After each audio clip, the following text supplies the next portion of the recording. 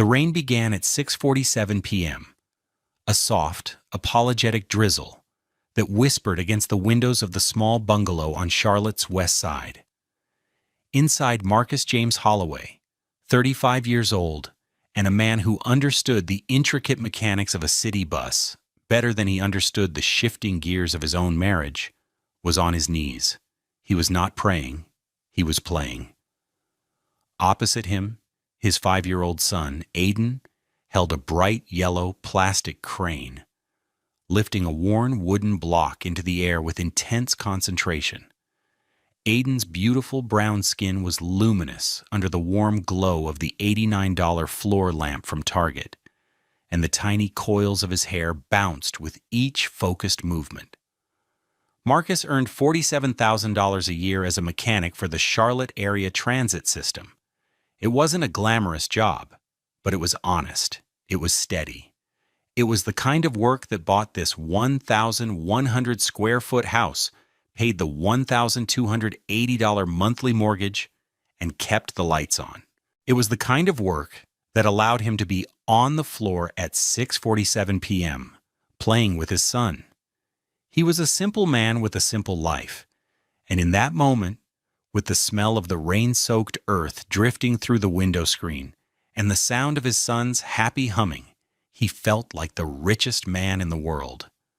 The knock on the door was not soft. It was 3 hard, authoritative raps that vibrated through the old wooden frame of the house he'd poured his soul into. Aiden looked up, his dark eyes wide. "Is that Grandma?" Marcus's stomach tightened. He hoped not. His mother-in-law, Doreen, had a way of sucking the air out of a room, of making his simple happiness feel like a personal failure. "I don't know, buddy. Let's see." He stood up, his knees cracking a little, and walked to the door. He glanced through the peephole, and the simple peace of his evening shattered into a million pieces. 2 police officers stood on his porch, their blue and white uniforms stark against the gray twilight, rain dripping from the brims of their hats. For a heart-stopping second, he thought something had happened.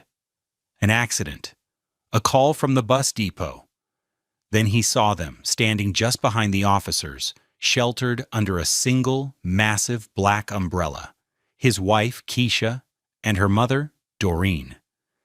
Keisha's face was a mask of strained neutrality, her eyes fixed on a point somewhere over his shoulder. But Doreen was smiling. It was a thin, tight smile of pure, unadulterated triumph. She was dressed for war, wearing a cream-colored $2,100 Burberry trench coat, her hair perfectly coiffed, her posture radiating a chilling confidence. Marcus opened the door.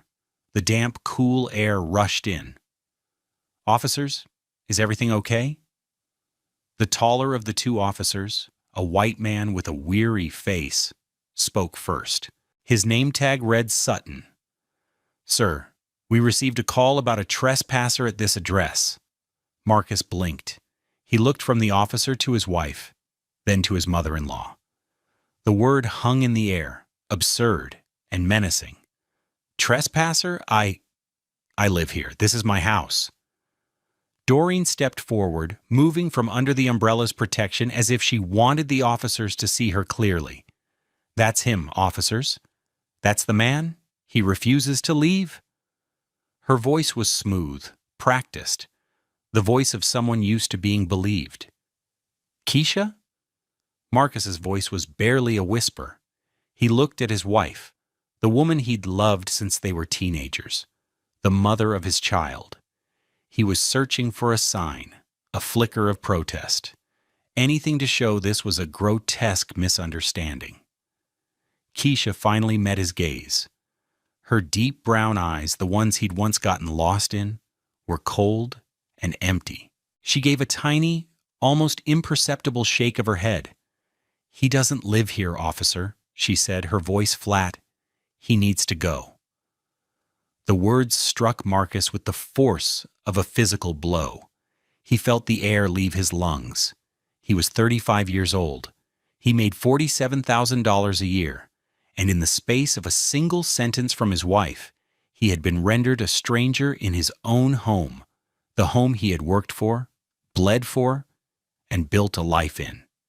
He looked past them, into the dimming light of the street, and felt a profound and devastating powerlessness.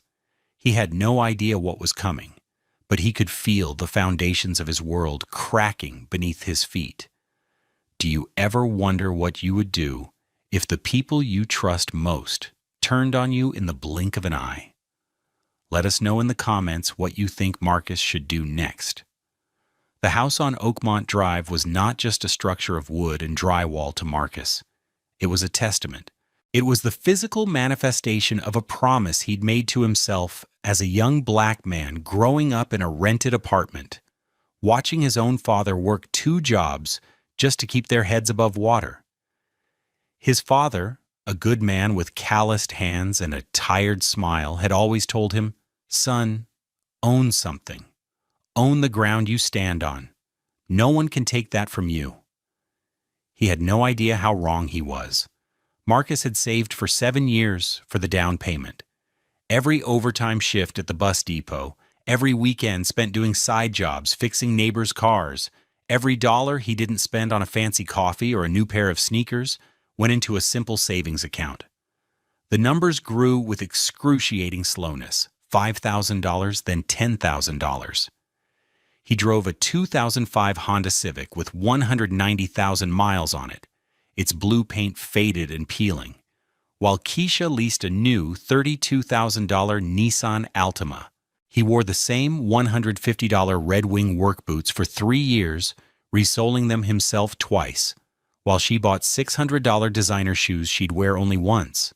He never complained. Her happiness, he thought, was part of the life he was building. He remembered the day he closed on the house, like it was yesterday. It was a bright, cloudless day in May, 3 years before Aiden was born. Keisha was supposed to come with him to the lawyer's office, but at the last minute she'd said Doreen needed her for a shopping emergency at South Park Mall. "It's just signing papers, right, baby?" she'd said over the phone. "You can handle it." So he sat alone in the sterile beige office of the closing attorney, a man in a crisp $1,500 suit who smelled faintly of paper and ambition. Marcus felt out of place in his best polo shirt and clean jeans.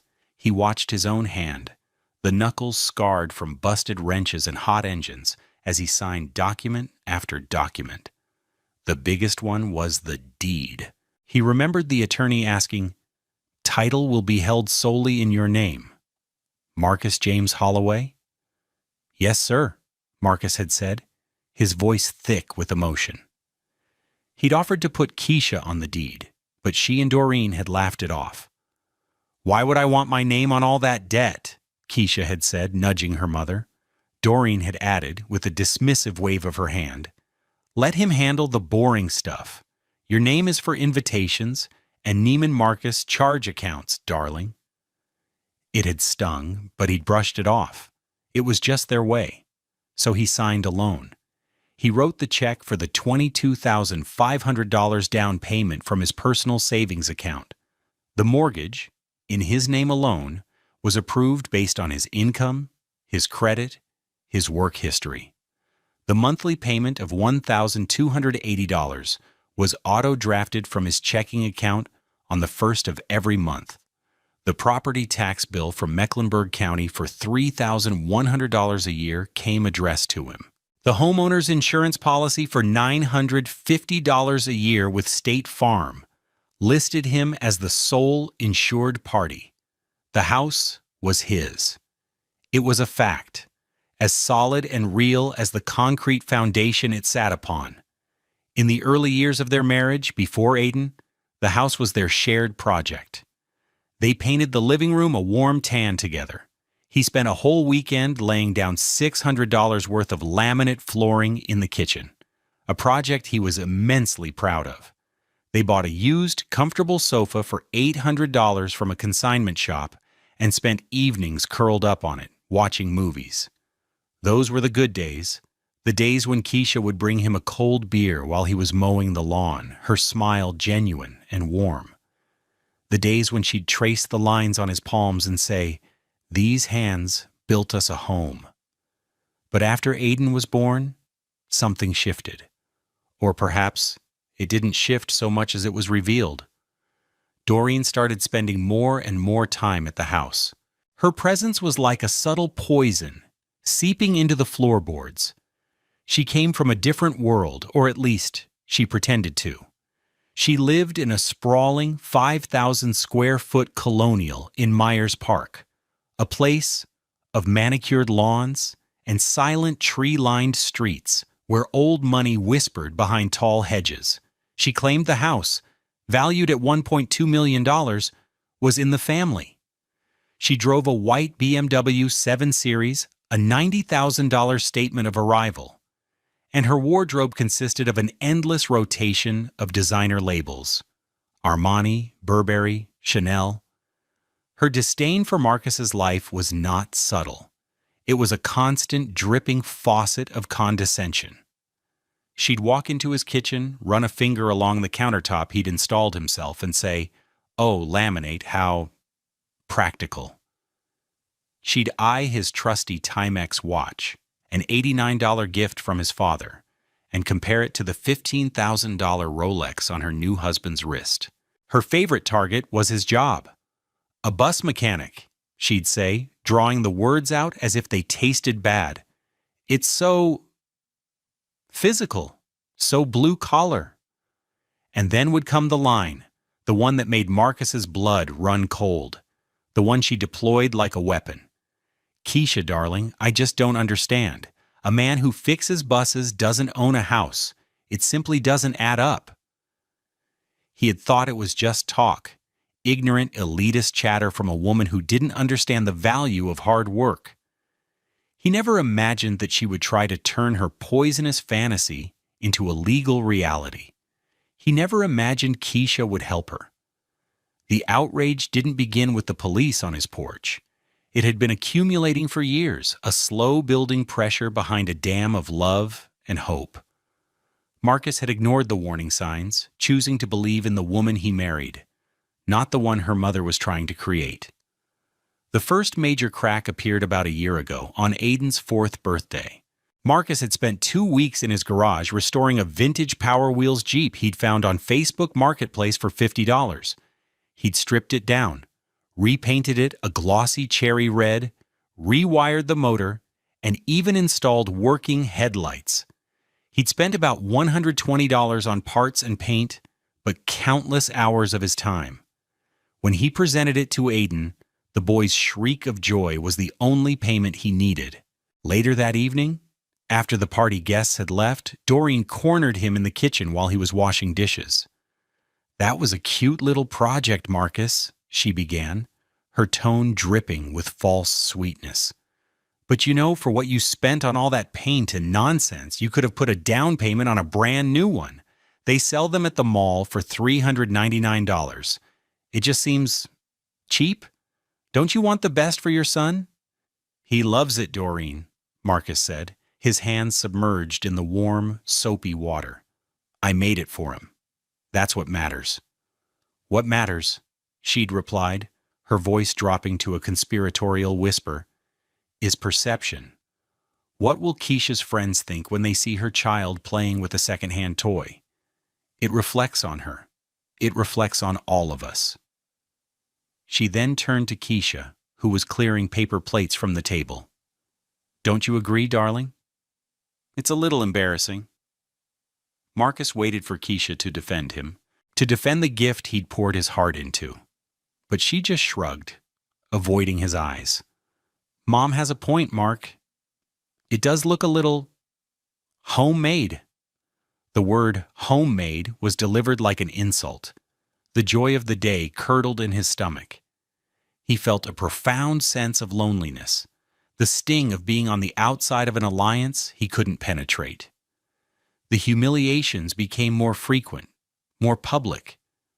They went out to dinner for Keisha's birthday to a trendy restaurant in South End. Doreen had insisted. When the bill came, a staggering $480 for 4 people, Doreen's new husband, a real estate developer named Richard, had theatrically pulled out a Black American Express card. Marcus had put his own credit card on the table, intending to pay his and Keisha's share, but Doreen had laughed. A loud, sharp laugh that turned heads at nearby tables. "Oh, put that away, Marcus," she'd said, waving her hand dismissively.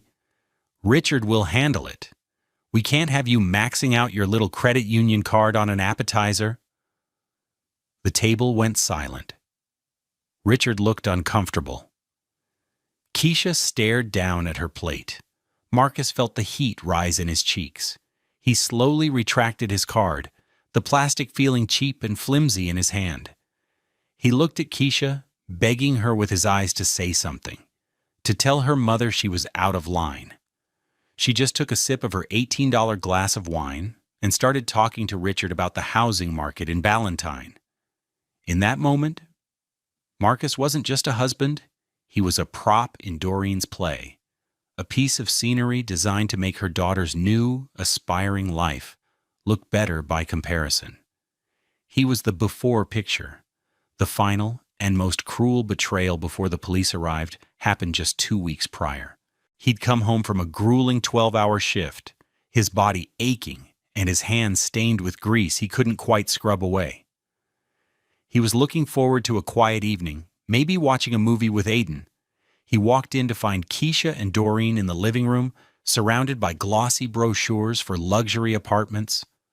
"What's all this?" he asked, trying to keep his voice light. Doreen answered, not even bothering to look up. "It's time for Keisha to have a home that reflects her status. We're looking at some places in Uptown. Concierge, rooftop pool, the essentials." "A home?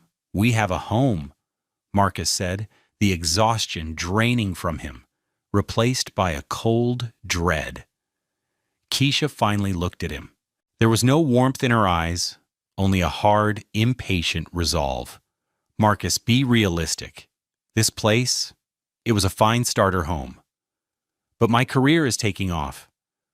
Keisha had recently been promoted to an assistant manager at a boutique clothing store, a job that came with a salary of $52,000, and more importantly to Doreen, a significant employee discount. "I can't be bringing clients or colleagues back to this." She gestured around the living room, at the sofa they'd picked out together, at the framed photos of their family, as if it were all garbage. "This is our son's home, Keisha," he said, his voice low and shaking with a fury he was struggling to contain. "Aiden will adapt," Doreen cut in smoothly. "Children are resilient. He'll be much happier with a proper playroom and a swimming pool, instead of a dirt patch you call a backyard." "And what about me?" Marcus asked, his gaze locked on his wife. "Where do I fit into this new life with a concierge?" Keisha stood up, holding a brochure for the VUE, a luxury high-rise where one-bedroom apartments started at $2,500 a month. "That's the thing, Marcus," she said, her voice devoid of any emotion. "We've been thinking, maybe you don't." He stood there in his work clothes, smelling of oil and sweat, a ghost in his own living room. He saw the plan then, clear as day. It wasn't just about a new apartment. It was about a new life, a life that had been meticulously curated by Doreen, a life that had no place for a city bus mechanic. He was the inconvenient, greasy truth in their glossy, fabricated world. And he was about to be deleted. Back on the porch, the rain was coming down harder now, plastering stray strands of Keisha's hair to her cheeks. Officer Sutton's voice pulled Marcus from the mire of his memories. "Sir, Miss," he glanced at Doreen. "Doreen Vance here has presented an affidavit stating that you are a former acquaintance who has been staying here temporarily and are now refusing to vacate the premises." Doreen held up a folded piece of paper, its edges slightly damp. "It's all notarized and legal," she said, her voice ringing with authority. He has no claim to this property. It belongs to my daughter." Marcus felt a strange calm settle over him. It was the same calm that descended when a bus engine seized on the highway, a complex problem that required methodical, emotionless precision. Panic was useless. Rage was a distraction. The only thing that mattered was the truth of the machine. And this house, his house, was a machine whose workings only he truly understood. "Officer," Marcus said, his voice even and low. He made sure to look directly at Officer Sutton, ignoring the two women who were trying to erase him. "That is not true. This is my home. I am Marcus Holloway. The mortgage is in my name. The deed is in my name." Doreen let out that same sharp laugh from the restaurant. "Oh, that's rich. He's a mechanic. He probably doesn't even know what a deed is. Officer, he's lying. He's delusional." The second officer, a younger black man named Evans, shifted his weight. He looked from Doreen's expensive coat to Marcus's worn work pants and grease-stained t-shirt. Marcus could see the flicker of doubt in his eyes, and it was like a knife twisting. This was Doreen's power. She wielded the world's prejudices like a weapon. A woman in a Burberry coat versus a man in work clothes. Who are you going to believe? "Ma'am, sir," Officer Sutton said, his voice a tired monotone. "This is a civil matter. We can't just remove someone from a residence without a court order, especially if there's a dispute over tenancy." "It's not a dispute," Doreen's voice rose, cracking the smooth facade. "It's trespassing. My daughter, the homeowner, wants him gone. Look at him. Does he look like he owns a house?" The insult, so familiar, so practiced, barely registered. Marcus was focused on the procedure. He was thinking about the paperwork. He was thinking about the lawyer's office, the smell of coffee, the weight of the pen in his hand. As the officers stood there, a memory surfaced with perfect clarity. It was the day he signed the papers. He was so proud, so nervous. The attorney, Mr. Davison, had slid the final deed document across the polished mahogany table. "Okay, Marcus, this is the big one. This document will be recorded with the Mecklenburg County Register of Deeds. It certifies that you, and you alone, are the sole owner of the property at 1422 Oakmont Drive." Marcus had picked up the pen. His hand was trembling slightly. He remembered looking at the empty chair beside him, the one Keisha was supposed to be in. For a fleeting second, he'd felt a pang of sadness that she wasn't there to share this moment. But then, a wave of fierce, undeniable pride washed over him. He had done this. He, Marcus James Holloway, the boy from the rented apartment, the man who got his hands dirty for a living, had accomplished this monumental thing all by himself. His father's words echoed in his mind. "Own the ground you stand on." He signed his name, the ink a dark, definitive black against the crisp white paper. He'd slid the document back to the attorney. "It's done," he'd said, his voice thick. "Congratulations, Mr. Holloway," the attorney had said, shaking his hand. "You're a homeowner." That memory was his anchor in the storm of Doreen's lies. The paper existed. It was filed. It was a public record. It was the truth.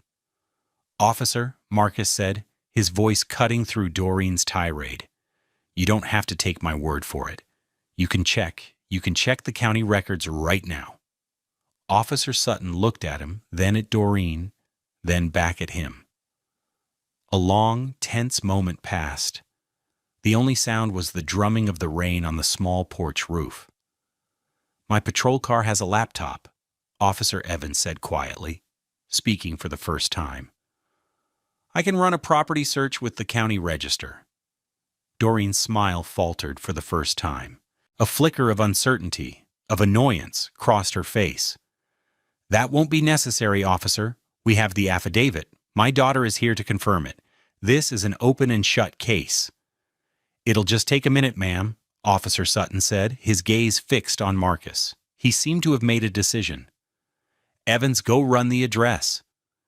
As Officer Evans walked back towards the patrol car, a new, terrifying thought entered Marcus's mind.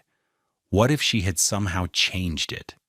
What if this elaborate plan involved some forged document he didn't know about? What if her money and influence had already poisoned the official record?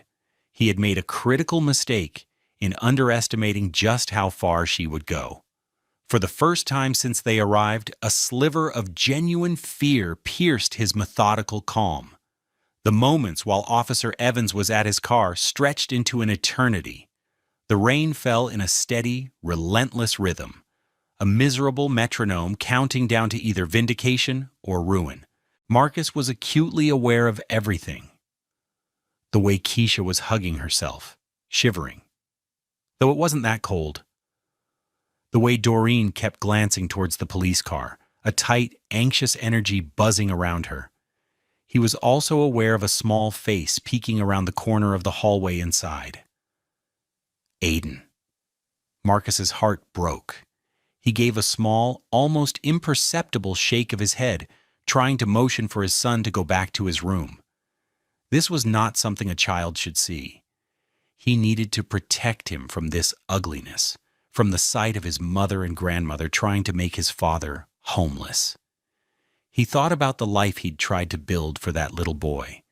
It was a life of simple, tangible love.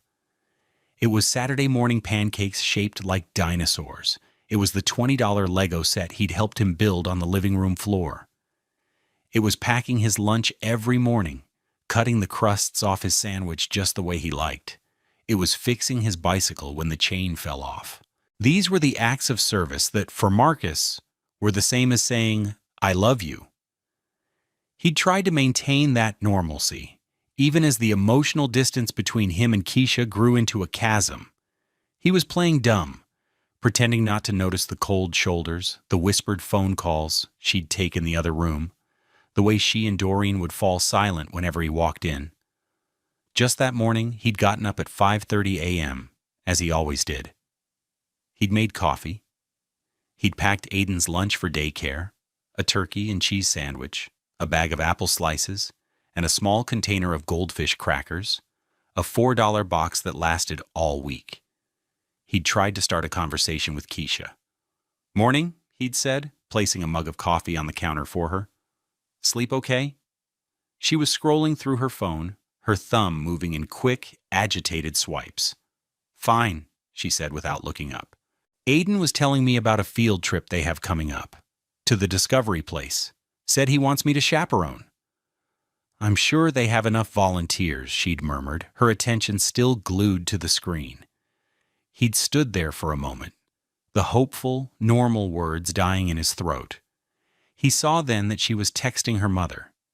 He saw a fragment of a message before she angled the phone away. "Mush.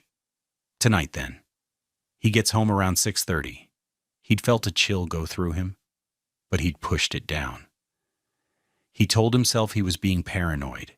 He told himself it was about something else. He went into the living room and saw a briefcase he didn't recognize near the front door. A sleek, $450 leather case that looked like it belonged to a lawyer. He asked Keisha about it. "Oh, that's Mom's," she'd said quickly. "She left it here last night, full of boring paperwork for Richard's company." It was a lie. He knew it was a lie, but confronting it felt like pulling a pin from a grenade. What would happen to Aiden if it all blew up? So he said nothing. He kissed his son goodbye, hugged him tight, and went to work. He spent his day replacing the brake lines on a 60-foot articulated bus, his mind a million miles away, replaying the morning's coldness, the secret text, the strange briefcase. He was gathering evidence, not of a crime, but of a dying love. He was documenting the end of his family, one cold dismissal at a time.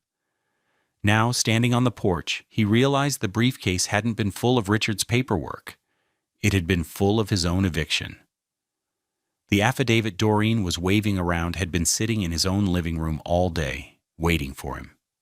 He looked at Keisha. Her beautiful face, the one he'd sketched in notebooks in high school, was twisted with a strange combination of guilt and defiance. She was a stranger to him. The woman who had laid her head on his chest and whispered her dreams to him was gone. In her place was Doreen's daughter, a woman who would stand in the rain and lie to a police officer to throw the father of her child out onto the street. He wasn't just fighting for his house anymore. He was fighting for the reality of his own life, for every hour of overtime, every skinned knuckle, every quiet act of love that they were now trying to declare null and void. The strategic part of his mind, the mechanic's mind, took over completely. He had presented his case. He had pointed them to the evidence. Now, all he could do was wait for the diagnostics to come back. Officer Evans was walking back from the car. He held the laptop in one hand, shielding its screen from the rain with his body. His face was unreadable. Marcus held his breath. Doreen puffed up her chest, a confident smirk returning to her lips, as if she was certain the officer was about to confirm her story. She had no idea what was coming. The walk from the patrol car to the porch was only about 30 feet, but for Marcus, it felt like miles. Each step Officer Evans took was a hammer blow against his heart. The entire world had shrunk to this small, damp space, and the verdict held within that glowing rectangle of a laptop. "All right," Officer Sutton said, turning his full attention to his partner. "What did you find?" Doreen crossed her arms, the very picture of smug impatience. "I told you this was a waste of time. Now can you please remove this man from my daughter's property?" Officer Evans didn't look at Doreen. He didn't look at Keisha. He looked directly at Marcus. There was a new light in the young officer's eyes, a flicker of understanding, of respect. "The property at 1422 Oakmont Drive," Officer Evans began, his voice clear and formal, "was purchased on May 14th, 3 years ago. The title is held by a single owner." Doreen nodded vigorously. "Exactly, my daughter, Keisha Holloway." Keisha, however, looked like she was going to be sick. Her eyes were wide with panic, darting from the officer to her mother. She knew. In that moment, Marcus realized she knew the truth about the deed. She had always known. She had counted on him being too emotional, too broken, to think clearly. She had counted on him not knowing his rights. She had made a critical mistake. Officer Evans continued, his voice cutting through the tension.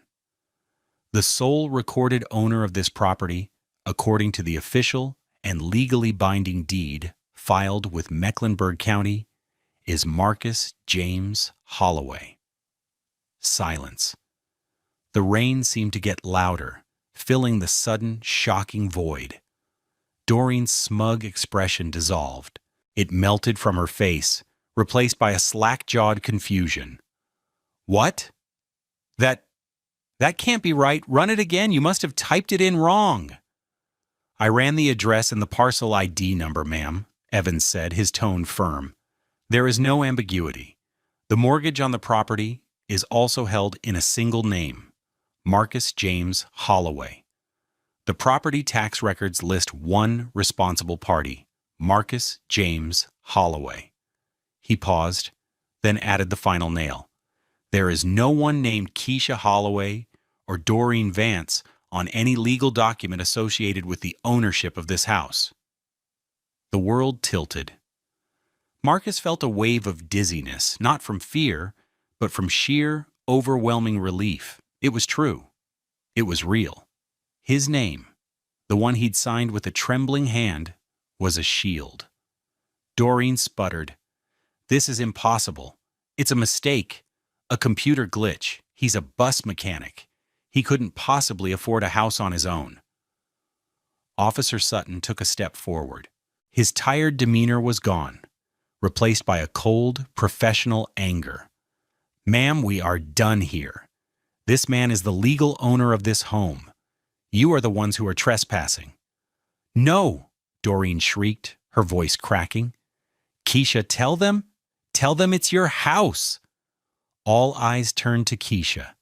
She stood frozen, her face pale and ashen under the porch light. The lie she had told so easily just minutes before was now an impossible weight in her throat. She looked at Marcus, and for the first time he saw not anger or indifference, but raw, primal fear. She was trapped. Keisha, Officer Sutton prompted, his voice sharp. Your mother claims this is your house. Your husband claims it's his. The county records back him up 100%. Now I want you to tell me, in your own words, who owns this house. Keisha's mouth opened and closed. No sound came out. She looked at her mother's furious face, then at Marcus's quiet, steady gaze. The entire fabricated world Doreen had built for her was collapsing in real time. He put his name on it, she finally stammered, her voice a thin, reedy whisper. But the money was from us. It was a pathetic, last-ditch lie, and everyone knew it. We can look into that, ma'am, Officer Evans said calmly. Financial investigations are a bit more complex than a deed search, but if you're alleging financial fraud, we can certainly start a file. We'd subpoena all of your bank records, of course, tax returns, pay stubs, everything, to trace where the down payment and every single mortgage payment came from. The color drained completely from Keisha's face. She knew, as well as Marcus did, that every cent had come from his account. An account she had access to, but never contributed to. Doreen, however, was not finished. She was a cornered animal. This is a conspiracy. He's fooled you. I have an affidavit. She waved the damp paper, her hand shaking. It's notarized.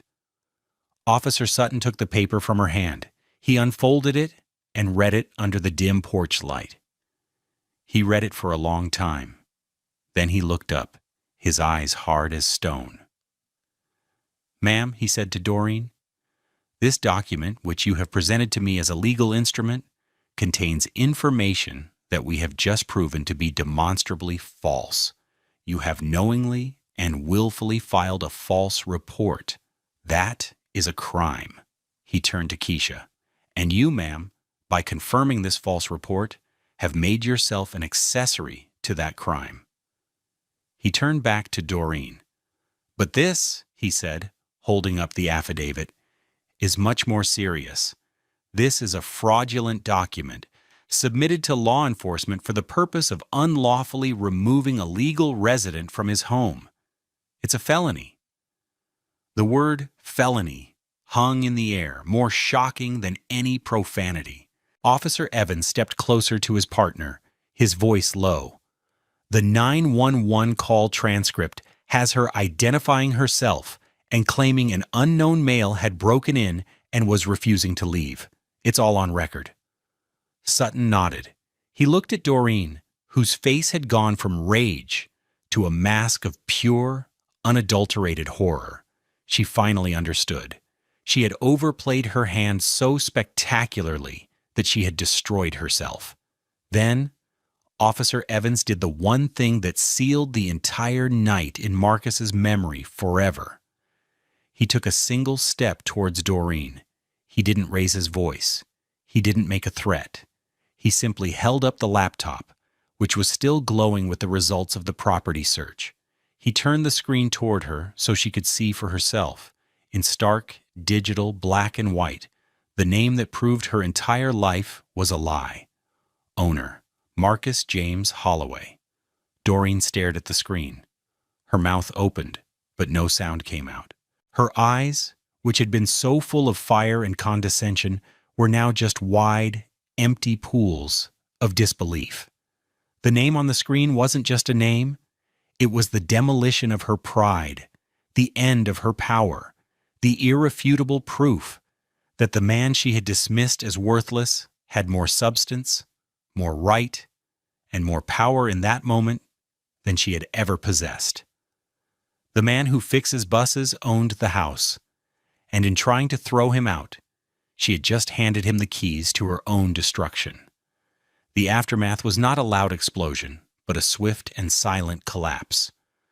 The consequences cascaded one after another, each a direct result of the choices made on that rainy porch. The first consequence was immediate. Officer Sutton, his patience utterly exhausted, turned to Doreen. "Ma'am, you are under arrest for filing a false police report." He recited the Miranda rights in a flat, practiced tone as Officer Evans gently but firmly placed her hands behind her back. The click of the handcuffs was a sharp, metallic sound that cut through the night. Doreen, who had built her identity on a foundation of perceived class and superiority, completely fell apart. "No, you can't do this to me," she wailed, the sound ugly and raw. "I'm a respected member of the community. I live in Myers Park. My husband is Richard Vance." The name-dropping was a pathetic reflex, a final grasp at a status that had just evaporated. The officers were unmoved. They led her, stumbling and crying, to the back of the patrol car. The Burberry trench coat, now streaked with rain, looked absurd and out of place as she was folded into the vehicle. The second consequence was for Keisha. She stood alone on the porch, wrapped in a silence that was more damning than any scream. Officer Sutton turned to her. "Ma'am, because you have a child in the house, and because your involvement is, for now, secondary to your mother's, I am not taking you into custody tonight. But do not misunderstand me. This fraudulent affidavit," he held it up again, "is being submitted as evidence to the district attorney's office. They will be in contact. I suggest you find a very good lawyer." He then looked at Marcus. "Sir, this is your home. Do you want her to leave the premises?" It was the question that hung all the power in the balance. Marcus looked at Keisha. Her face was a ruin of tears and makeup. She was looking at him with a desperate, pleading expression he hadn't seen in years. She was his wife. She was Aiden's mother. But she was also a woman who had tried to have him thrown out of his own home. "She can stay the night," Marcus said, his voice hoarse. "On the couch. For Aiden. In the morning she needs to be gone." It was the most grace he could offer, a final, fading echo of the man he had been to her. Keisha just nodded, tears streaming down her face, and walked past him into the house without a word. She didn't go to their bedroom. She went to the $800 used sofa they had bought together and collapsed onto it, sobbing. The third consequence began to unfold the next day. Doreen spent the night in the Mecklenburg County Jail. Her new husband, Richard Vance, was called to post her $1,500 bail. He arrived in his $120,000 Mercedes, his face a thundercloud of fury and public humiliation. The news of the arrest of a prominent Myers Park resident, even for a misdemeanor, traveled fast in those circles. But the misdemeanor was the least of her problems. The DA's office, armed with the notarized fraudulent affidavit and the officer's body cam footage, they decided to pursue the felony charge of attempting to procure a false document to influence a legal outcome. Doreen was forced to hire a criminal defense attorney, a man whose retainer alone was $25,000. During the investigation, her carefully constructed life began to unravel. The $1.2 million colonial in Myers Park? It wasn't in the family. It was Richard's. He had owned it for 10 years before he even met her. Her name wasn't on that deed either. Her financial contributions to their household were discovered to be virtually zero. Her power, her status, her entire identity was borrowed from him, and he was furious that she had risked his reputation with her petty, vicious games. Their marriage, already strained, fractured completely. Within 6 months, Richard filed for divorce, and Doreen, with no claim to his assets, was left with nothing but her exorbitant legal bills. For Keisha, the consequences were quieter, but no less devastating. She left the next morning as Marcus had instructed, packing a single suitcase. She moved into the guest room of the Myers Park mansion, a temporary refugee in the very home she had once lorded over Marcus.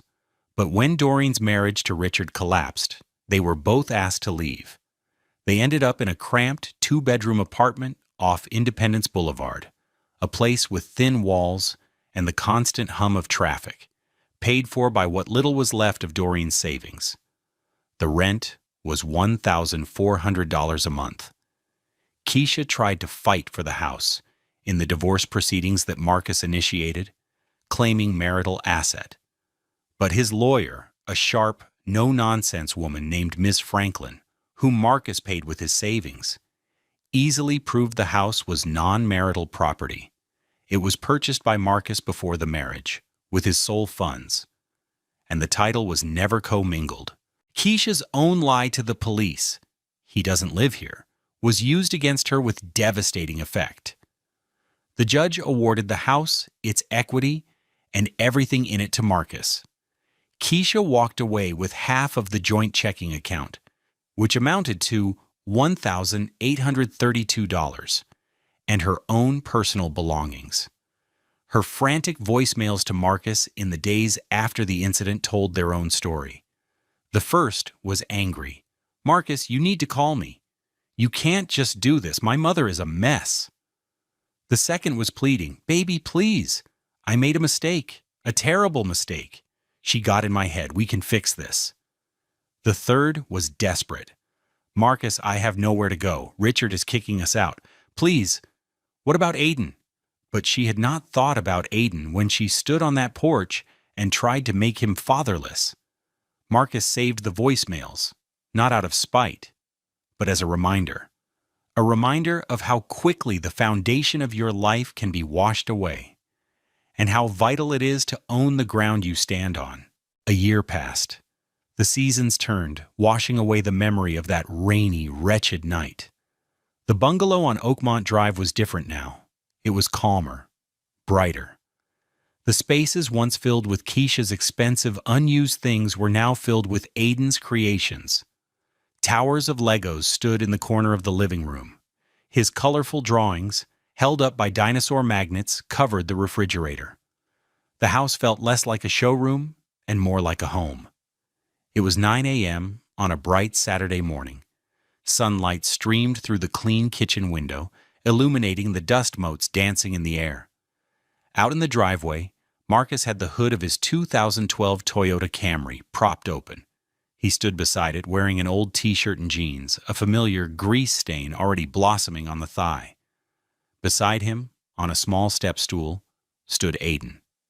He was 6 now, a little taller, his voice a little deeper, but his eyes held the same bright, curious spark.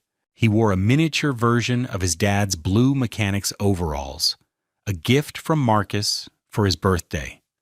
"Okay, buddy," Marcus said, pointing into the engine bay. "This right here is the dipstick.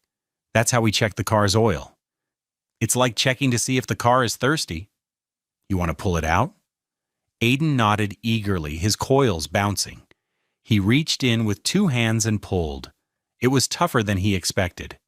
"Whoa, it's long." "Yep, now see this cloth?" Marcus handed him a clean rag. "Wipe all the oil off it from top to bottom." Aiden meticulously wiped the metal stick clean. Marcus's heart swelled with a quiet, profound joy. This was it. This was the wealth that mattered. Not a house in Myers Park, not a fancy car, but this. This small, trusting hand, this shared moment of learning, this passing down of simple, useful knowledge. This was the true inheritance. "Okay, now stick it all the way back in and pull it out one more time," Marcus instructed. Aiden did as he was told. He pulled the dipstick out and held it up for inspection. "See these 2 little dots?" Marcus pointed. "The oil should be somewhere between them. Looks like we're perfect. The car's not thirsty today." "Can I do it next time?" Aiden asked, his eyes shining. "You can do it every time," Marcus promised.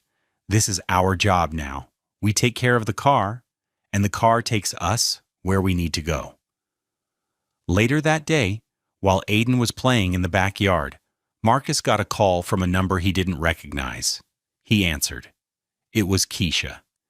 He hadn't spoken to her in months, communicating only through lawyers. Her voice was different. The hard, entitled edge was gone, replaced by something weary and fragile. Marcus, it's me. I'm not calling to ask for anything, she said quickly. I just wanted to... I saw a picture my sister posted of Aiden. He looks so big. He looks happy. He is, Marcus said simply. There was a long pause. I know it's too late, she said, her voice cracking. And I know sorry doesn't fix anything. But I am. I am so sorry, Marcus. For everything. My mom, she's in therapy. She lost everything. We both did. And we deserved it. I hope one day you can forgive me. Not for me. For you. Marcus thought for a moment, looking out the window at his son, who was digging in the dirt with a small shovel, perfectly content. I already have Keisha, he said, and he was surprised to find that it was true. The anger had burned out long ago, leaving behind only a quiet scar. He had forgiven her not to absolve her, but to free himself. I have to go. Take care of yourself. He hung up the phone. He didn't feel anger or triumph. He felt nothing. Her life, her problems, they were a world away. They had no power over him anymore. His gaze fell upon the refrigerator, at the collection of Aiden's artwork. One drawing right in the center was his favorite. It was a picture of two people standing in front of a small house, with a sun in the corner. One figure was big, and one was small. Aiden had used a dark brown crayon for their faces and arms. Underneath, in wobbly letters, he had written, Dad and me at our home. That was the only deed that mattered now. True wealth isn't measured by the square footage of your house or the price tag on your car. It's not about perception or status. It's about the love you build, the trust you earn, and the quiet dignity of your own hard work. It's about owning the ground you stand on, not just legally, but morally. It's about knowing, at the end of the day, that you've built a life of integrity, a home where your child feels safe, and a future that is truly, unshakably your own. It's about teaching your son how to check the oil on a Saturday morning, knowing you are giving him something no one can ever take away. What do you think is the most valuable thing a parent can teach their child? Share your thoughts with us below, and don't forget to subscribe to Love Beyond Pride for more stories about finding strength in the face of betrayal.